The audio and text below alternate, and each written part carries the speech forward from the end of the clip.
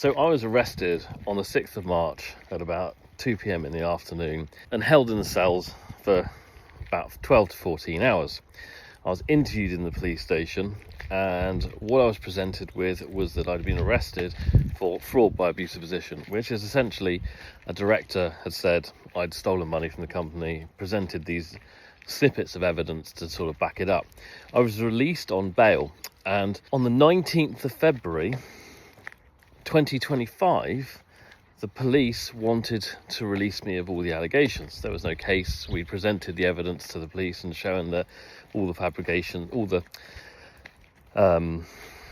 allegations by the director had been falsified.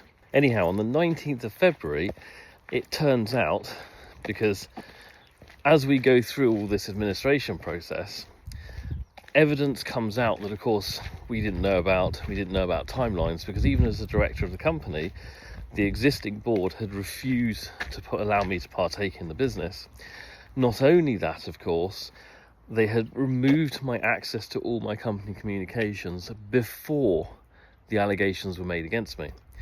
So the aim of the director behind this was to fabricate a series of allegations, present them as fact, using a audit which was created by Knight Goodhead, who had been misled by the directors to create the audit, making his claims appear official, and then ensuring that before the audit and the allegations were presented to me, removing my access to all my emails, company communications and everything, which meant that it would have been impossible for me to disprove the allegations, in which case they effectively had me over the barrel. Fortunately for me is that there is a lot, so I know the company far better than they did, and there are lots and lots of other places where evidence to disprove the allegations was from.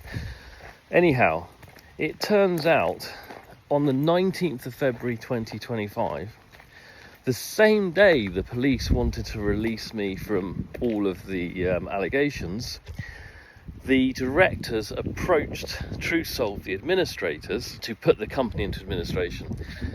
I find that quite a staggering coincidence, especially considering that whilst there were shareholder disputes, they were mainly over the fact that obviously half the shareholders didn't believe the board and the other half did.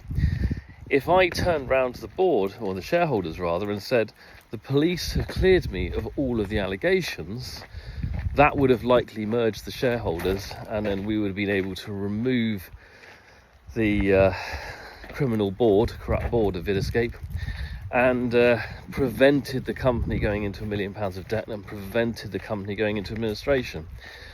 And we wouldn't be in this position now. But I thought I'd do a quick update. As more stuff comes, I will put some more videos out.